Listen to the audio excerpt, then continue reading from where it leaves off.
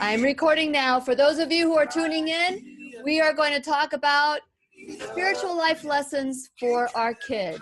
So fasten your seatbelts. We're going to learn and grow together. And by the way, Ariane, it's time to dance. I'm ready. And while you're dancing, I'm going to see what's happening on Facebook Live here. Let me see. This is the place you can always turn to when you need a friend.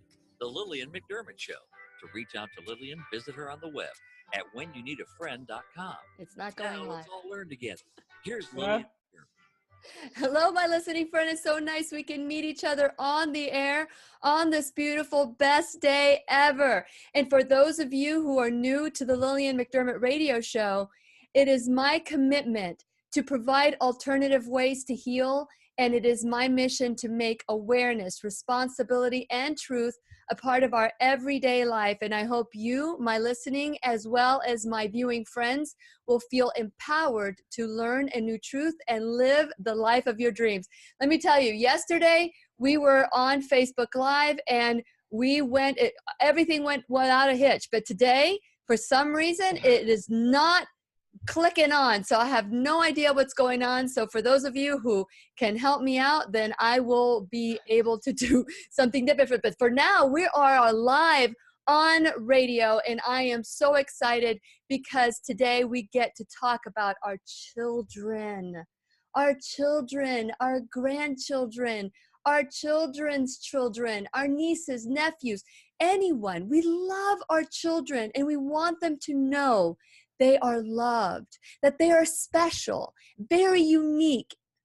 But unfortunately, there are many outside influences that can make them feel less than. That we've hurt for our children, and we want to make sure that our children are feeling the love that we have for them. However, sometimes it's beyond our control. Fortunately for us, there are people out there that are making a difference, that are wanting to change things, that are teaching children empowerment, truth, and a resource, a way that we can, while we're reading to them at night or when we're nurturing them as much as we can. So we have this one woman that is an author, a speaker, a coach, a change optimist. And her name is, and I've been practicing this, Ariane de Bonvoisin, and she wants to start planting seeds of empowerment using her new children's book. She's an accomplished author, and she's been seen all over on Today's Show and other wonderful shows that we've seen.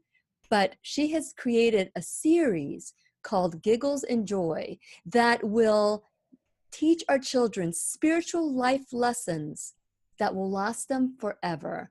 And since it is our sole purpose in life to give and receive love and knowledge, I am grateful that Ariane de Bonvoisin is here to do just that. Welcome, Ariane, to the Lillian McDermott radio show. Hi, Lily. Such a pleasure to be on the show. And yes. well done with the name. I appreciate it. Yes, I read your clip. I saw your clip. When I was doing research, and that just stumbles people to, and I'm like, I've been practicing your name for a month. So here we go. So share a little bit about your background and what has led you to the choices you've made when it comes to even writing. Yeah, absolutely. So I have a funny accent. I'm originally European. I'm French and Belgian, was born in New York, and I grew up in 6 different countries, which means I also went to 6 different schools. The focus of my education and growing up experience was performance, academics, achievement, competition. It was very what I call above the neck. Mm-hmm. And I had very little nurturing of the heart and the spirit and the soul. And so I went and did a very traditional path initially. I went to business school. I have a Stanford MBA. I worked in the corporate world in New York City for 12 years. And I had the big, safe, conventional jobs. Mm-hmm. And I was very disconnected from my own truth. I got what I thought was going to make me happy, according to what I call my education, both parenting and school, but I was far from it. I was far from being happy. And so I realized I'd climbed this pretty high ladder. It was a wrong ladder, and that I needed to really incorporate a little bit more of the spirit of life and what the journey of the soul was going to be. So I left the job, I broke off an engagement. Ooh. And I started looking for ways, in some ways, to, you know, help other people get in touch with what I would broadly call life skills that we are not taught in education, and that parents try their absolute best. But if we haven't been parented that way, it's very hard to parent our own children that way. Yes. And I went on a journey of initially doing life skills for grown-ups, you know, wrote a few books and did a lot of TV and a lot of press, and I still do a fair amount of that. But what kept calling me was most of our wounds as grown-ups trace back to when we are children. Mm-hmm. And most of our moments of suffering were really anchored when we were much younger. And so, having had a child recently, I now have a 5-year-old, I thought, is there a way to language some of things like compassion, self-forgiveness, intuition, self-responsibility, having a kind mind, teaching them to breathe and actually be in their body, and not just, is there a way to language that for young children and for the parents and grown-ups that are going to be, you know, taken care of and have the responsibility for those kids? So I started with a book series called Giggles and Joy, and there are 8 life skills in every book. So we have 24 total, heavily illustrated, you know, done in a way that the child's mind is going to be captivated. How do you teach a child about their emotions? How do you teach a child about having a bad day? Absolutely. And that's what we're going to talk about and more when we continue our conversation with Ariane worldwide at whenyounneedafriend.com. We'll be right here waiting for you. Ah, guess what? I could not get on Facebook. And so I apologize. I was listening to every word, but I am going to. Okay. So I've been trying to see if I can go on Facebook Live, but guess what? Right now, it's fine. Don't worry. And we are going to enjoy every minute of it. Once again, here's Lillian. Welcome back to the Lillian McDermott radio show, where it is my goal that we learn from each other. And today's teacher is Ariane de Bonvoisin, and she is an author of children's book. Well, actually, she's an accomplished author and world-renowned world traveler, best-selling author, and she has these books called Giggles and Joy, Spiritual Life Lessons. And so there's a series of 3. You can buy them in a bundle, or you can get one at a time. And so we are giving away all 3 books. Be the 5th caller or texter. Actually, I don't know. Maybe we can give them out individually. 5th caller or texter to a 407-373-5959. If you have children, or you love children and you want to be able to read and empower them at the same time, these books are phenomenal. I am looking forward to the next time my grandchildren come stay the night. I am going to love them to death with all these words, love them to health, with all these words. And so let's start. I love the reason why you created these books. You've tried, I mean, I was looking at your history. You have the book called The First 30 Days, your guide to making any change easier. Then you have the 90 days, proven strategies to getting up to speed faster and smarter. And all of a sudden you have the children's book, and the books have been changed to Spanish, but now I see it. I get it. That we can do more. We can affect more change with our children. At what moment are you thinking, okay, I am going to write books for my children, or I'm going to write books that will empower children because they're more open to growth? You know, it's a great question. I was recently living in South Africa, where my husband is from. I had a child there, and there was a part of me that was feeling like I needed to do more in terms of affecting change. Mm-hmm. And, you know, I was reading books where I was seeing that perceptions acquired by the age of 6 become the dominant programs, consciously and unconsciously, that shape the character of a human's life. 6. And I was like, holy moly, like that is young. And what do they learn? They learn about boys, they learn about girls, they learn about money, they learn about success, they learn about, is it okay to have a bad day? Is it okay to be sad? Is it okay to cry? And I was so aware in some ways of the clock is ticking for these children before in some ways life takes over. And reading is such a special moment of intimacy between Yes. a grandparent or a godparent or a teacher or anything. And I thought, if I can start there, that's what I could do. But to be honest, I've never written a children's book before. I didn't know how to do it. This was certainly a team effort. My previous books was, me, my computer, an editor, we got it done. Here, I had to find an illustrator. I've never illustrated a children's book before. I needed to find, someone who could help me in terms of actually shaping them for young children. Here's what was very clear for me. I really knew the skills that were missing. Most parents will never teach or mention the word intuition to their child. And so their child never gets that they have a guidance system within them that is not dependent on an adult or a teacher or a grown-up to give them the answers. Children do not know how to be kind towards themselves. We pummel these kids with being kind to others. Be kind to your grandmother, and be kind to the dog, and be kind to your sibling, and be kind to your friend at school.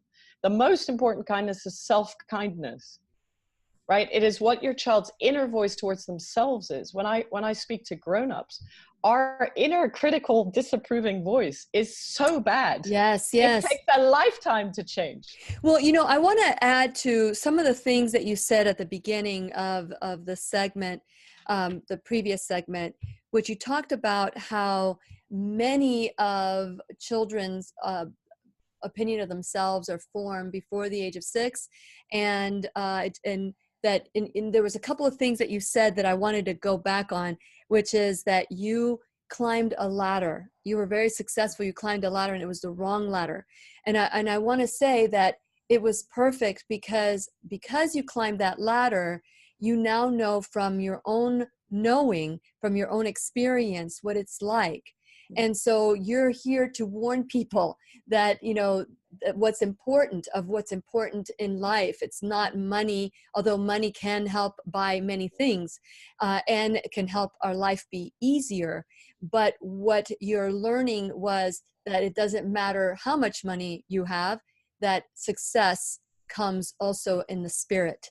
And Correct. So that's one thing. And then the next thing I wanted to add, and I don't know if you've addressed this in your studies, but teacher after teacher that comes on my show has talked about how 95% of all disease, they might say 99% of all disease, is due to unresolved issues in our life, trauma, perceptions that made us feel less than, that we carry with us the whole entire time. So when I'm reading these books to my children, not only, and this is something that I experienced when I was looking at your books now, because I had my niece who writes books for children, she read the book to me, and I was feeling what I was feeling, I was capturing it. And so not only am I as a parent reading to my child, but I'm getting these messages as well. But the child is now getting that message. How do you, when you're writing these books, how do you encourage the dialogue with the parents? It's such a great conversation to have with your child, because we so want to know our children better. And what happened at school, it never leads to anything. And so when you pick one of the themes, whether it's Byebye Bad Day, suddenly you hear from your child about what is a bad day for them, and you will be amazed. It's not what you think it is every single time. Yes. And so, you can pick that as being the theme for the day, or you can pick a theme for even the week, where the whole family is all about, forgiveness or taking a deep breath, which are two other themes. So one of the things with Byebye Bad Day that I love for parents is your child will allow themselves to have a bad day when they see you having a bad day. Yes. And most parents, they walk in the door, they've had a bad day, they try and let it go, they try and be present with their kids, they try and cook dinner, they try and get them to bed so that they can then have a glass of wine and fall apart. I suggest to a parent, walk in and say to your child, I've had a bad day.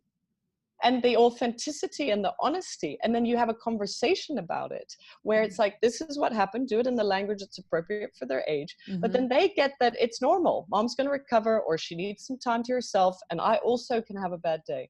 Because the unresolved, the traumas and the sickness, those are feelings that have not been felt.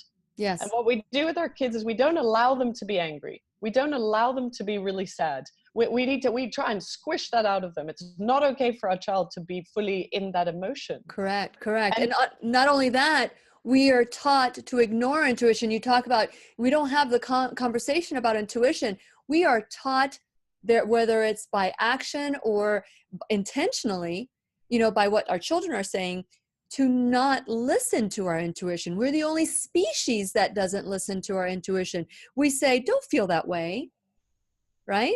yeah. I see you nodding your head. Yeah. And, you know, the thing with intuition, I've just written an article about this, is all our moments of suffering really come from that I knew it was the wrong decision. I know. I knew I shouldn't have bought this. I knew I shouldn't have married this person. I knew I shouldn't have studied this in college. I knew I shouldn't have taken that job. And it's, for me, it's not, you know, the mind and the heart not talking to each other. For me, it's the two are equally useful. You know, the reason I called the subtitle of the book is Spiritual Life Lessons for Kids, because I really thought about, is this going to bring people in or not? We talk about the mind, body, spirits of a child, and everyone's completely fine with that.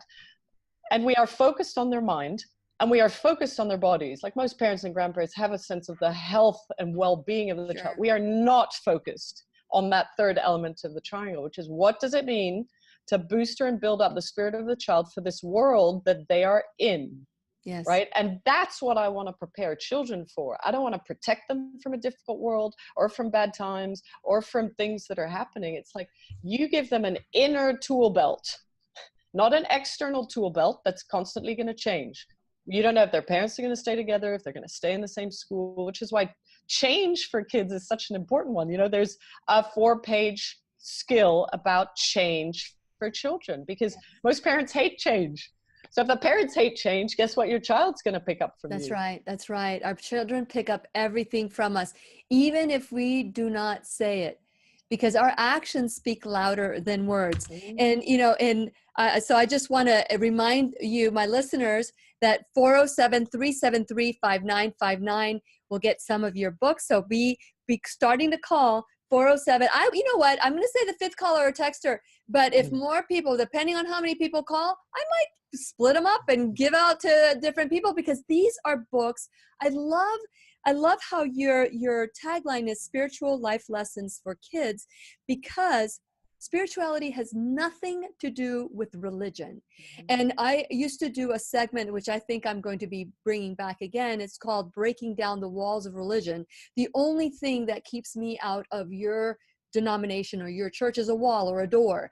And it's my perception that makes it even worse. And so what I love with your books is that you focus on the spirit, not necessarily the religious aspect of somebody's life. How did you make that choice? You know what? I saw that everyone has a personal journey that's usually informed by how they were brought up, right? So I was brought up Catholic. That's how my parents wanted me to at least start off seeing the world that way. And so there's full respect for that journey. These books are side by side with any religious faith. I've done readings at, you know, temples, schools, all different types of denomination. And the parents, they kind of take a deep breath about it, because this is a part that's missing in terms of what they are actually giving. You know, I say to parents, this is like sitting down with someone like, you know, Nelson Mandela or Gandhi or Mother Teresa. Like, no one's going to be upset with having their child spend a few hours with these kind of people that are alive in terms of their own spirit. That's the gift. It's not sort of telling them how to think or how to be. It's actually just reminding them that they are this already. Yes, absolutely. So really quickly, what I'd like to do at this point is talk about these life lessons, these 8 life skills that you dive into, these 3 beautiful little books that they're not meant to be read all in one sitting. They're little bits and pieces to encourage dialogue with your children, right? Absolutely. Yes. And, you know, I would say pick one. They're full. There's a lot on the page. There's a lot to discuss. There's a lot to share. And ask your child, you know, so what is it, when do you need to take a deep breath? Or when do you think I need to take a deep breath? I was talking about this with my child yesterday. I'm a mom, I make mistakes, and I'm still learning. I've only been a mom for 5 years. I said, in some ways, you and I are the same age, because he's 5. And I said, I'm a kid, I make mistakes, and I'm still learning. Wow, that's beautiful.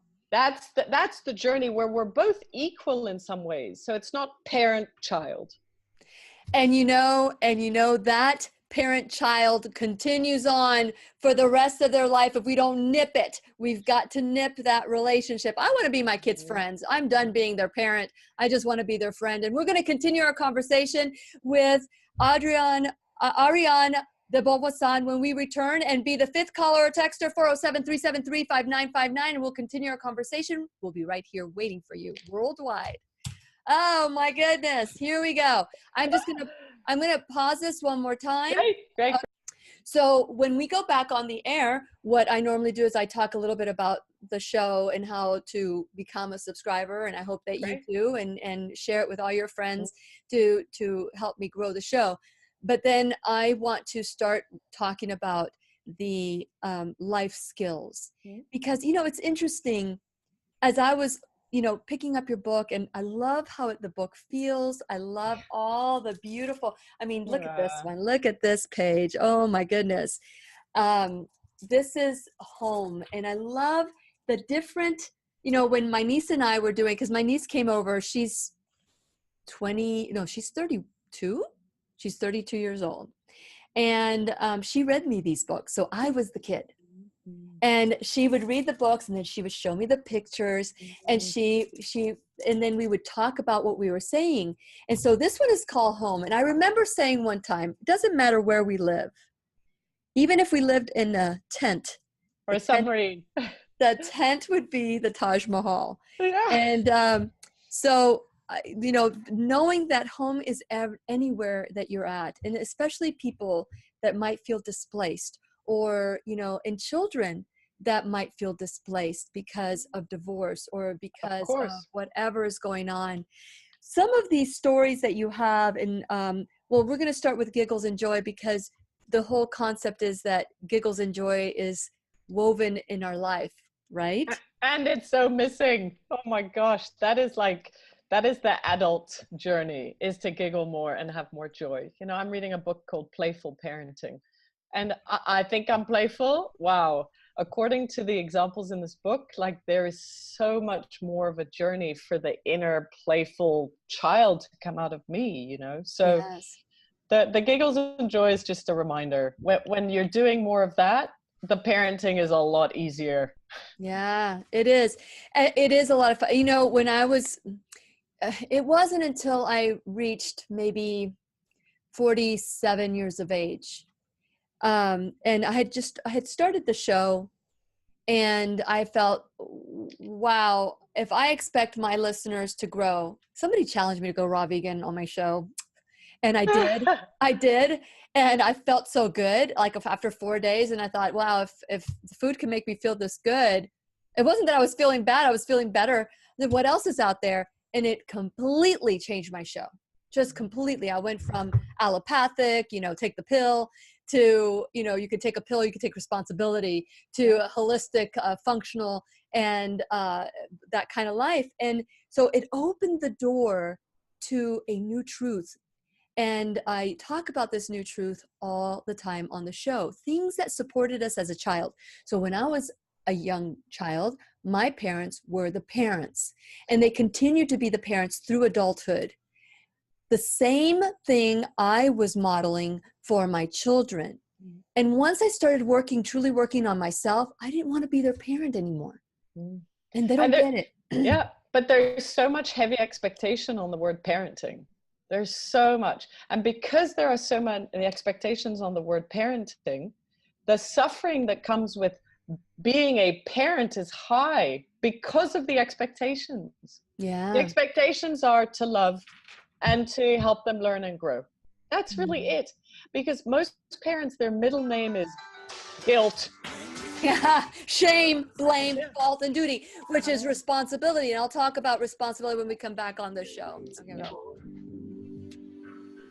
This is a great topic. I think Yeah. that we can't even have it in 1 hour. It has to be expanded. Yeah, I agree.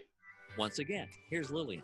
Welcome back to the Lillian McDermott radio show, where you can hear us worldwide at whenyouneedafriend.com. I am your host, and it is my goal that we go through life with childlike wonder.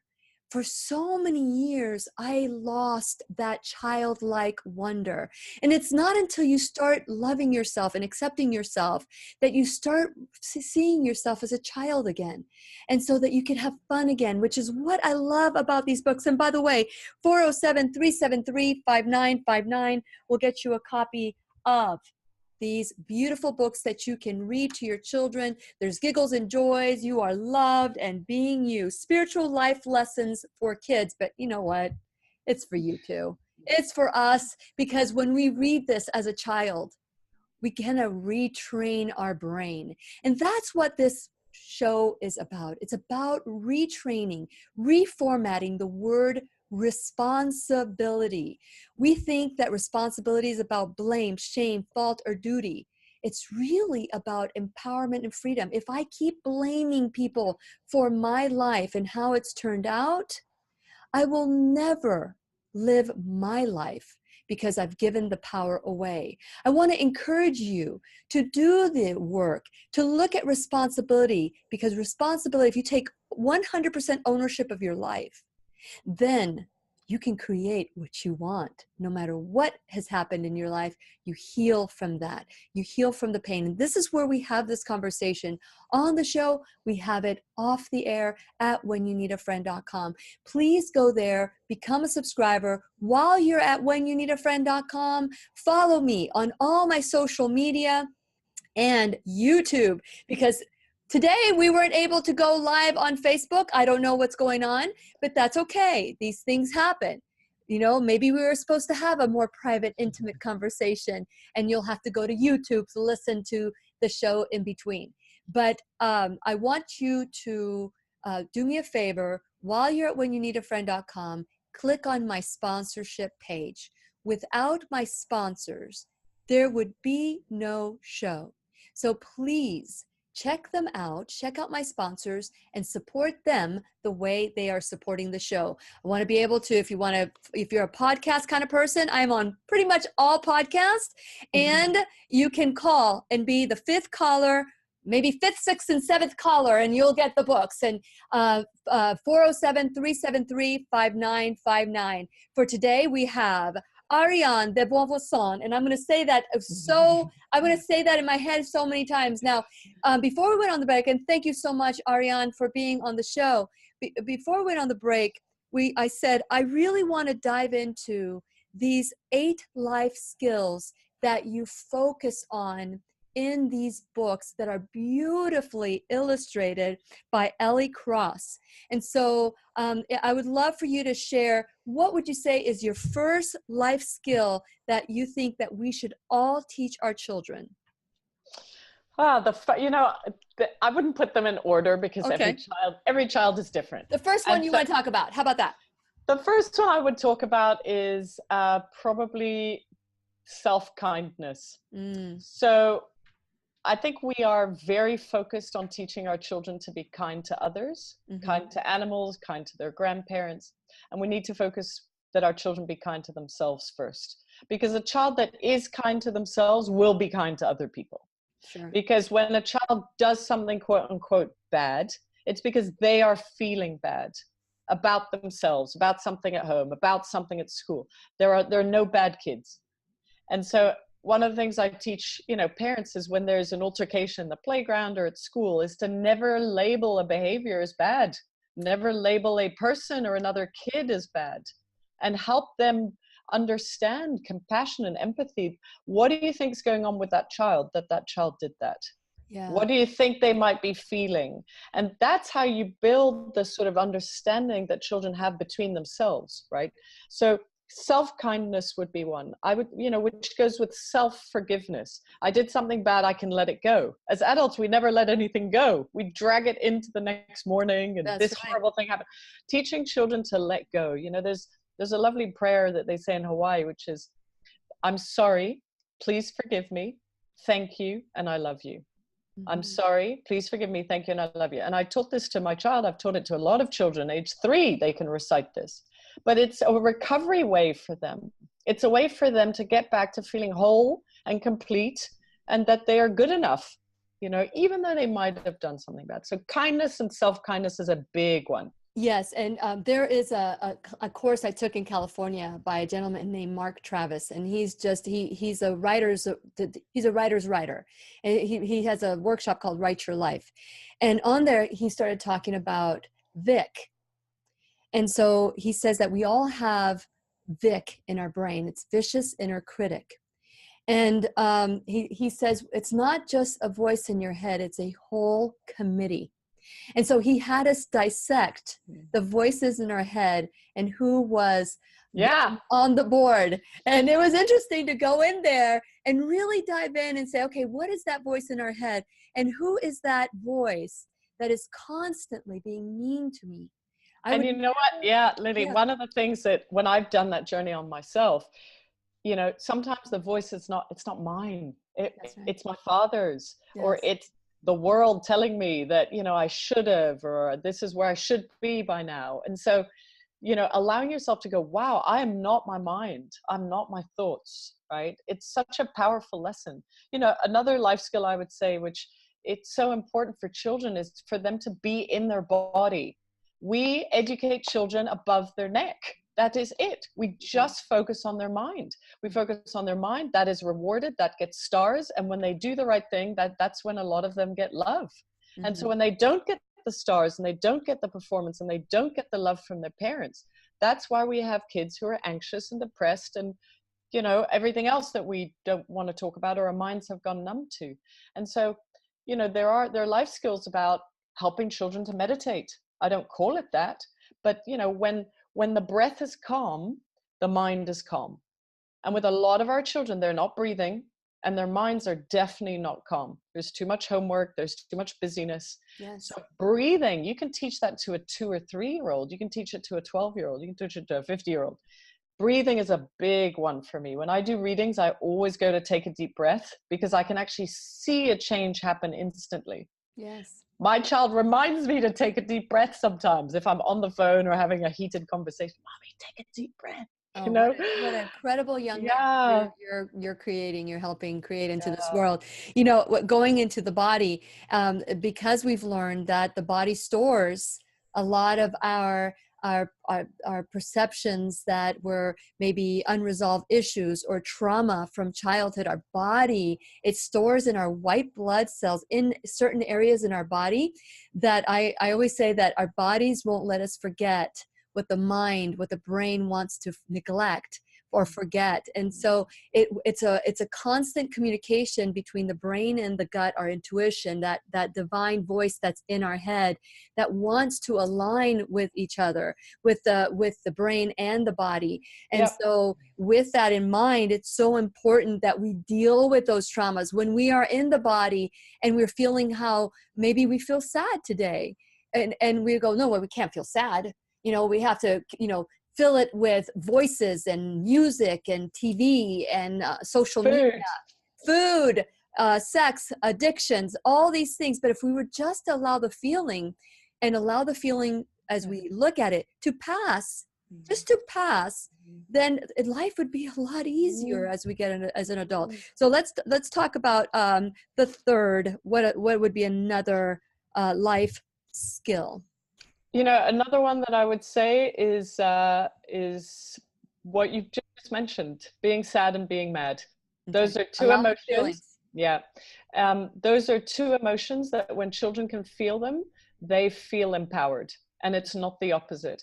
And so with, you know, sad and mad or any feelings, I help parents by saying, name it in the child. No, don't say, oh, it looks like you're angry. No. The child gets to say what they're feeling, right? Mm-hmm. And then you can go, well, where is it in the body? Is it in your throat? Is it in your stomach? Is it in your fists? Like, so they get that the feeling is in them. They are not there. And then they can breathe it out. You know, they can do a T-Rex breath. They can do a dinosaur breath. They can do whatever. But they can go, you can be sad, you can cry as long as you want. You know, I'm here, I can stay with you, I can give you a hug if you need it, but if you need to be sad. But what they need to see, They need to see you being sad sometimes. They need to see you being angry and how you handle it and how you resolve it. Yes, I When love it. they don't see that, they don't have a model for the behavior, and they don't have a model for how to handle their own emotion. They don't know how to be upset with someone they love. So they say things, Mom, I hate you, or you're the worst mom in the world. They don't have a model of behavior. What can I do when I'm upset with someone that I love? They don't mean, right? So Right. you are the role model. So the parent needs to go, what is missing in my child that I am not being? I am not showing them. Am I role modeling intuition? Am I role modeling how to forgive and let go? I love that. I love those questions. St. Francis of Assisi, they would say, preach the gospel at all times. If necessary, use words. And so we teach the truth to our children through our actions. If necessary, we need to use words and share these books. Be the fifth caller or texter, 407-373-5959. When we continue with Ariane de Bonvoisin, worldwide at whenyouneedafriend.com. We'll be right here waiting for you. That was great. I love, love, love. Okay, so what would you say? Let's just write them down real quick. Fourth life lesson that you want to talk about. I would say change. Change. Yep. Okay, 5. 5, I would say that they get to make their own choices in life. So being you and choices, which children are always being told what to do, what to study, what school to go to, what music instrument to play. Oh. It's a big one for parents to hear. Choice. I remember when my kids were little, I would give them 2 choices, what they wanted to wear that day. Yeah. And I would pick 2 great choices. So whichever one they chose, it's like you could choose this or you could choose this. Which one do you choose? And they would choose it, and they felt great because they were choosing. And but you know what? As they get older, Ariane, we want to control them a little bit more. And I agree. And I love to see your teenage books of spiritual life lessons. Okay, number 7. What would 6? I'm sorry. Choices was 5. What's another one? 6, I would say, is safety. We live in a world we're constantly telling our children they're unsafe, we're unsafe, the world's unsafe. We need to talk about safety in a different way. Okay, number 7. 7, I would say, what would I say for 7? I would say diversity. Like what's the same, and also the appreciation of what's beautiful and unique and different. Yes. I would love for you to read a story when we finish the air. When we're done on the air, I want you to pick your favorite story of all your books. Okay. I want to give you the heads up. And so when we finish the show, we'll finish with a storytelling session by Ariane de Bonvoisin. Lovely. Okay, and what's the last and final? What's the final? Here's the final one. I'm going to do it, even though some people are like, oh, that's a big one. I'm going to talk about God. And God from a sense of they need to feel connected to something bigger than themselves, whatever they call it. Mother Nature, Earth, planet, anything. And I love that about these books, that we can, okay, I grew up Catholic too. And I did not understand, because I always had spirituality. It was in me. I didn't know, because I always had it. And I didn't know that they were separate, because to me, they were one and the same. And for some people, they're separate. And I didn't understand that. So I would read, what's your religious affiliation? Spiritual. I'd go, what's that? What's spiritual? I thought I was religious until I started working on my own personal growth. And then I realized, wait a minute, spirituality is the most important aspect. Where you practice your spirituality, that's a totally different issue. Yeah. How you interact with other people is your spirituality. How much you love life or think that life is against you is your spirituality. And for me, that's the one where, we bring up our kids and in terms of self-concern. Yes. Okay, so this is our last segment. Can you believe it, Ariane? It's too quick. It always happens this Text way. There's Lillian never McDermott enough or leave time. her a This should be a voicemail 5-hour show. 407-373-5959. Once again, here's Lillian. Welcome back to the Lillian McDermott radio show, where we always learn and grow together. Today's teacher is Ariane de Bonvoisin. And if you want to learn a little bit more about what she's about with these books, you can go to gigglesandjoy.com. That's gigglesandjoy.com. You could also win a book. I'm not going to be, fifth caller or texter, 407-373-5959. I've got 3 books that we're giving away. I'm going to decide whether or not I want to give them one at a time, or if I want to give them. So one of them is Giggles and Joys. The other one is You Are Loved. And then the next one is Being You. And you know what? If you're not you, who is? Who is being you? You're the only you. And so these are beautiful, beautiful books on developing your children's spirituality, empowering to make choices. And these are the 8 life lesson skills that Ariane has focused on these books: being kind, being in your body, allowing feelings, change, choices, safety, diversity, and spirit, God, universe, whatever it is that you call that higher power in your life. So before we went on the break, we talked about self-kindness, the body, being in the body, allowing our feelings, whatever they are called, let the child call those feelings, and ourselves too. Hey, we're learning from our children. Yes. And so the fourth one is change. So let's say, what can we learn, and what's the skill of change when many people do not like change? Yeah. And I wrote a whole book on change for grown-ups. I think this is how I teach it for children, and how parents can do it. Teach your child that they have a change muscle, because kids love their muscles, right? And it's like they get to flex their change muscle. They start a new school, they're going to build their change muscle. We're moving apartments or homes, we're going to build their change muscle. And there's a sense of building and growth, as opposed to loss and something going away. Absolutely. Change from the perspective of child is constant. It's all the time. Speak to your children about the change. Kind of hope and take a deep breath and hope they're going to be okay through it. Communicate, right? In some ways, clean up your own relationship with change. And then your children will kind of be the way you are with it. That's right. We've got to model what we want to see in our children.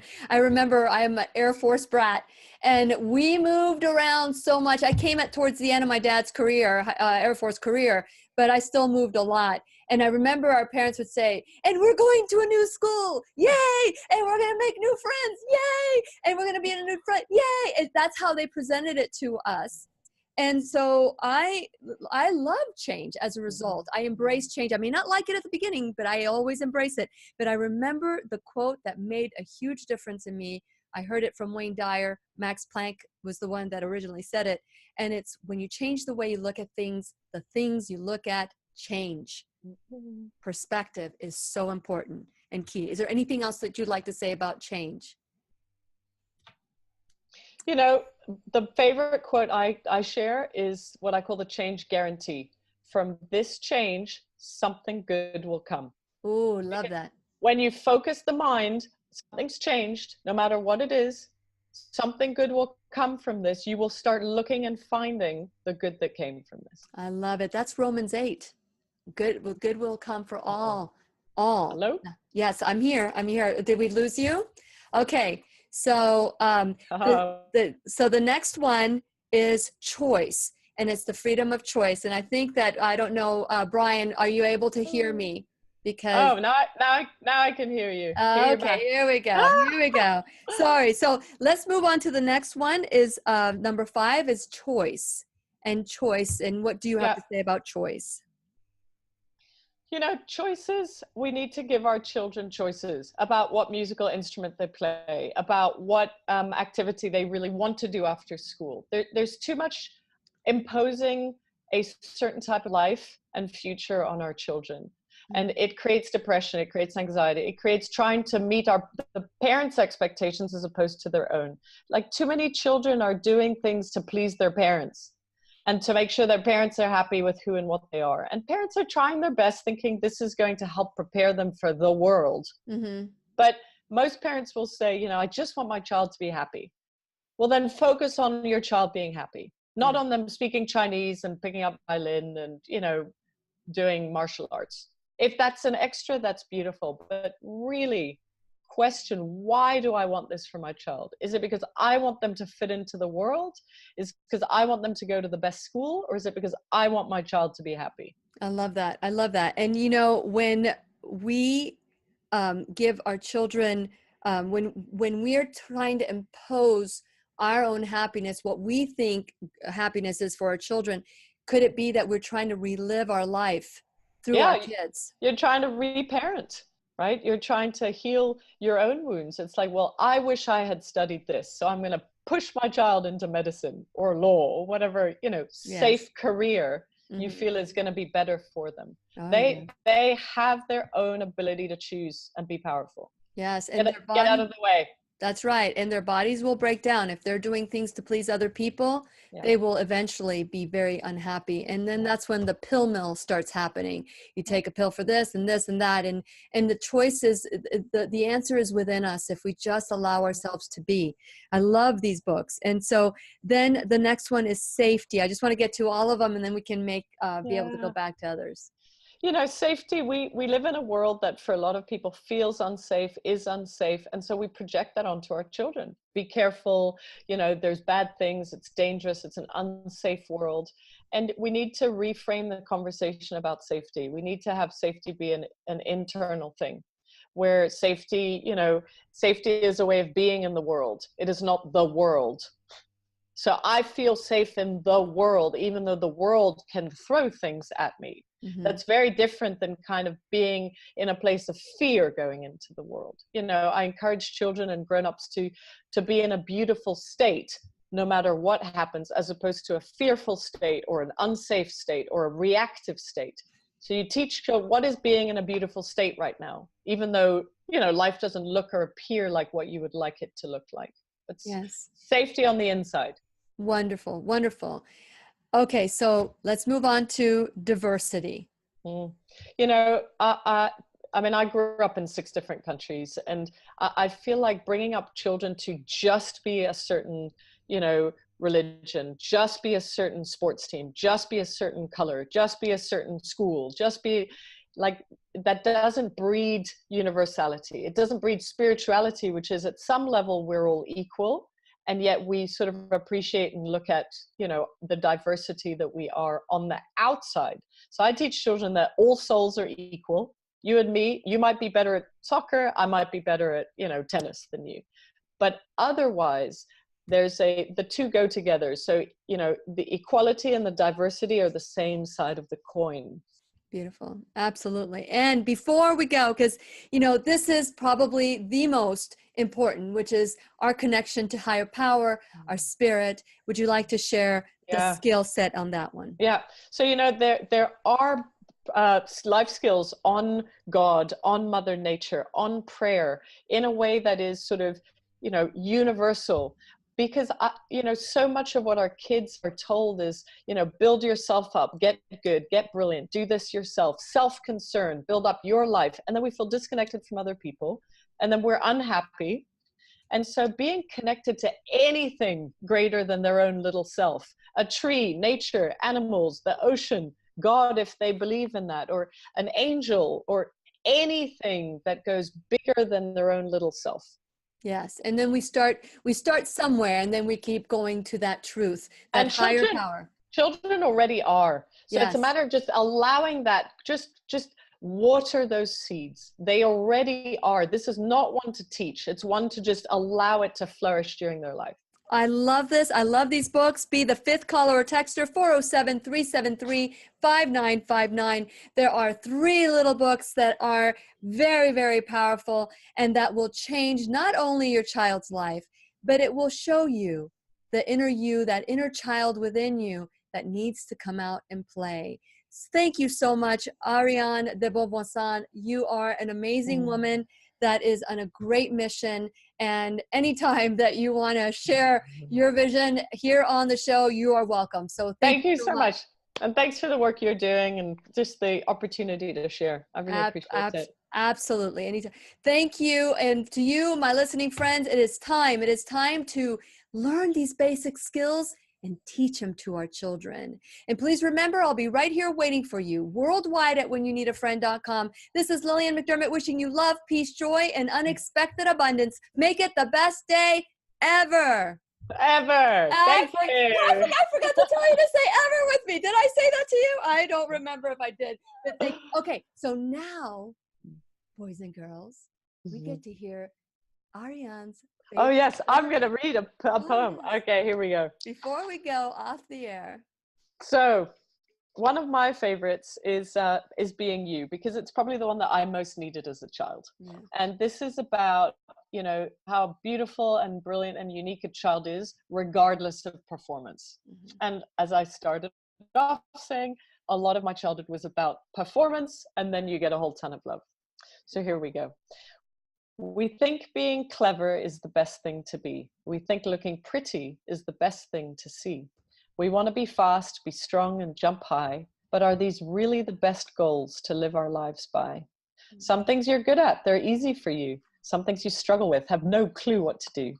Your friends might be different, the opposite of you, but we all have our talents and our faults too. Being best in the class or coming top in a test doesn't always mean your life is the best. Being last in a race or never coming first doesn't mean as a person you're going to be the worst. There's more to life than positions and grades. As time goes by, their importance fades. You're loved by your parents, however you score. So don't think that high marks are going to make them love you more. Oh, I get emotional when I read that. And this is so true. And this is the illustration. Keep going. Remember, you're loved for not what you do. It's who you are that's the best part of you. Doing your best is what matters the most. So don't look at your friends to compare or to boast. You want me to keep going? I do. Life won't always feel perfect and smooth. Setbacks and failures will knock you out of your groove. People might laugh or say nasty, mean words, but in God's eyes, we're equal, no one better or worse. Keep moving forward, even one step each day, and soon you will find that you're well on your way. Persist and keep practicing. It's a hard thing to do, but you'll reach your goal finally if it's important to you. And when you start thinking about what you can be, when you're older and bigger, maybe 23, a fireman or a teacher, a musician or a vet, or perhaps even then you can't decide yet. But whatever you choose to do with your life, remember it's yours to do as you like. People might say, that's not what to do, but you will know if it's the right thing for you. We think that our bodies are ruled by our brain, but lie back, be still, and think again. Listen to your heart, believe in its voice, for how you think of yourself is your very own choice. Love that. Love that. Well read, well said. Beautiful illustrations.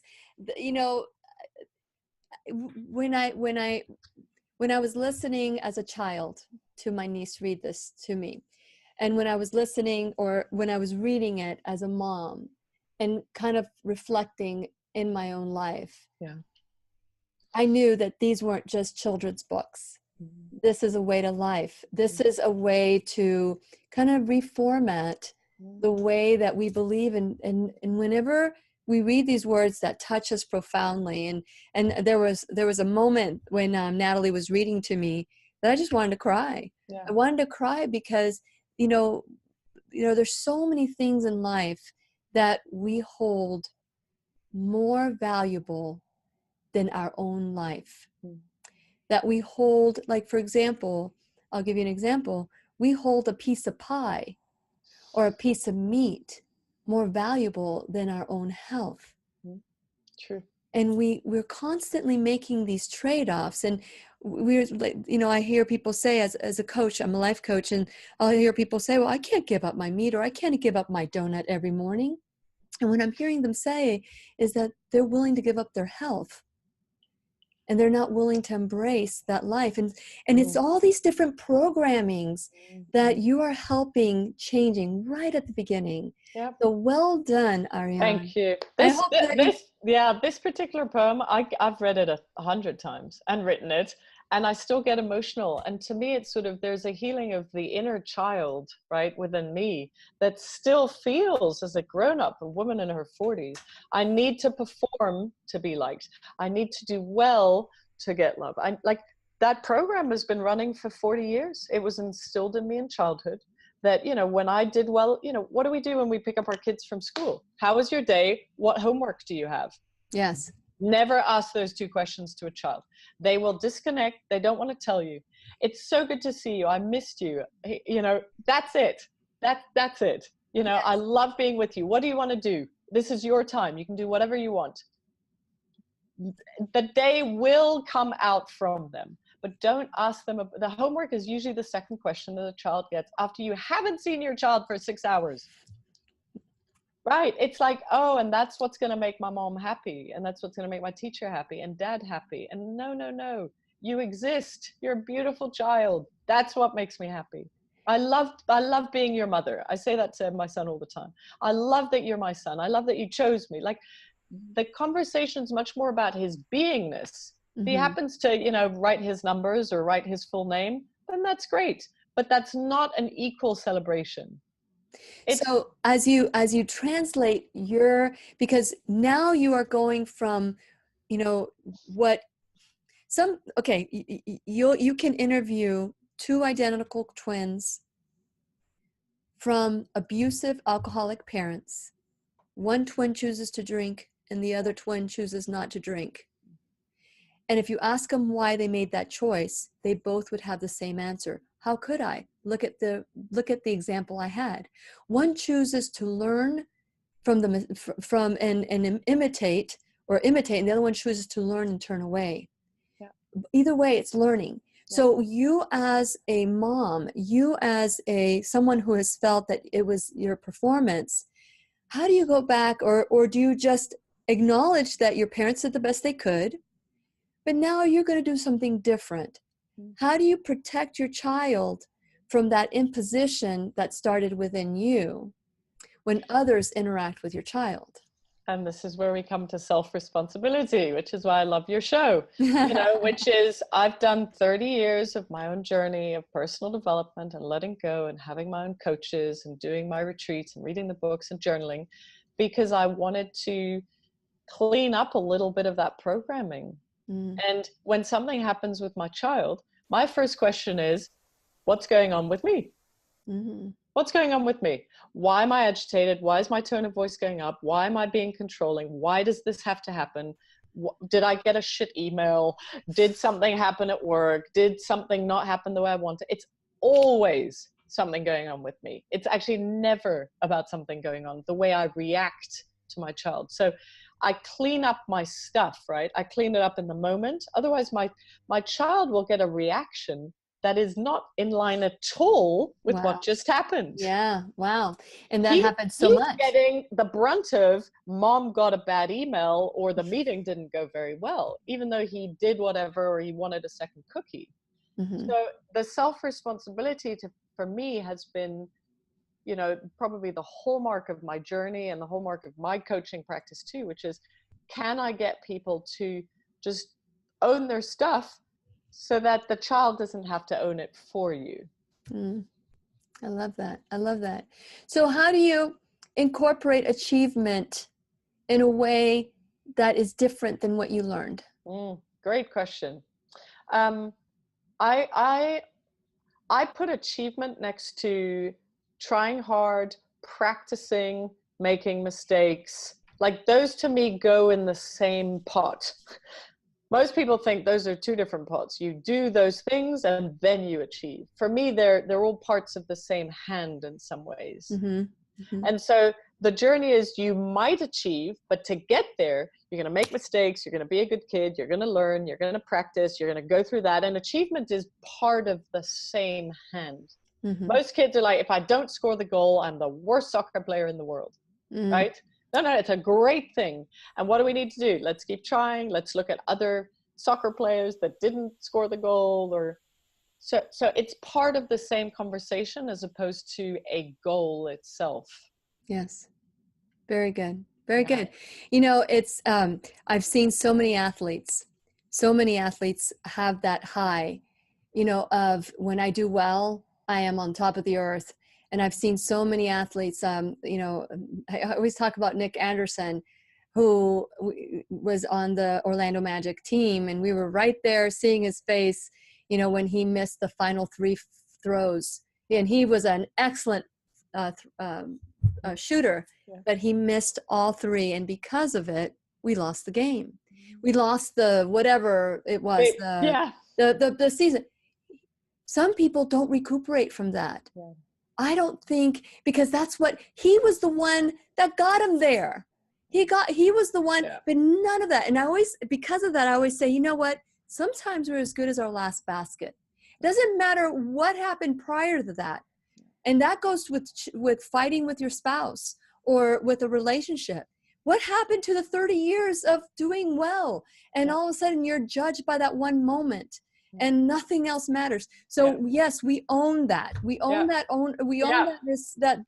that we need to look at the whole picture and separate ourselves from what's happening at that moment, and not saying, you know, you always do this. No, that's not real. It's an illusion. Yeah. And there's 2 things I would add to that. One is, you know, when with a child, it's very important to introduce fun and playfulness, even in the things they need to achieve, whether it's homework or scoring a goal or baseball or whatever. You know, when my child like didn't score or didn't do whatever, I set us on the bench and I go, we're going to start again when it can be fun. And so we only get to start doing something when he can get to a place of, okay, Mom, I'm ready to have it be fun. When it's too competitive and it's too much about the achievement and there's no fun, I don't sit in a bad mood. I sort of go, let me know when you want it to be fun again. Yeah. Right? And so bringing the fun into the achievement and the fun into anything is very important, because children's number 1 language is play. It's nothing else. And it is for a decade at least. And we are not teaching our children things like achievement through play. We're teaching them achievement.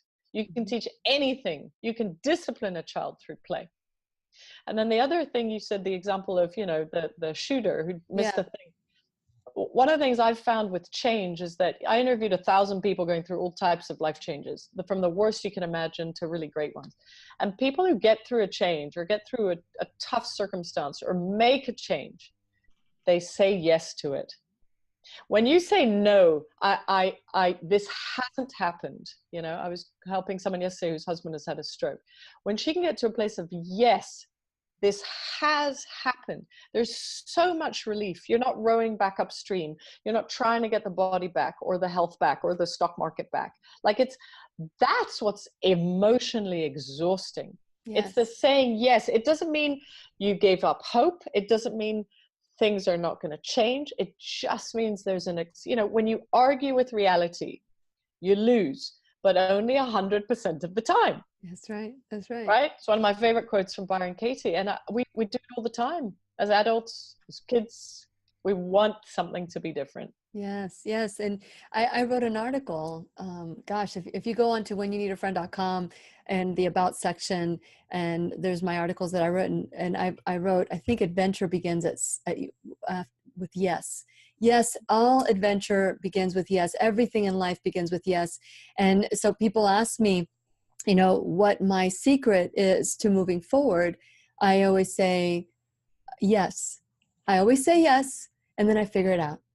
And, you know, I don't make a lifetime commitment. I'll say yes. I look at it. I find myself in the situation. And then I say if it's for me or if it's not for me. I don't make the commitment until I say the yes that we all embrace. Now, there are certain things that I say no to, because a strong yes is as powerful as a strong no. Of course. But when I say no, it's because my intuition says no, or because I know that at this time it's not the right time. But when we say yes, and we use the word yes, and I'm just writing another article that comes out next week, and it's called, well, right now, It's called Attachment to Disease. Attachment to disease. Yeah, which And we are. We are attached to our diseases. Yeah. You know, I can't join them. you because of myalgias. You know, I can't because of my ISIS.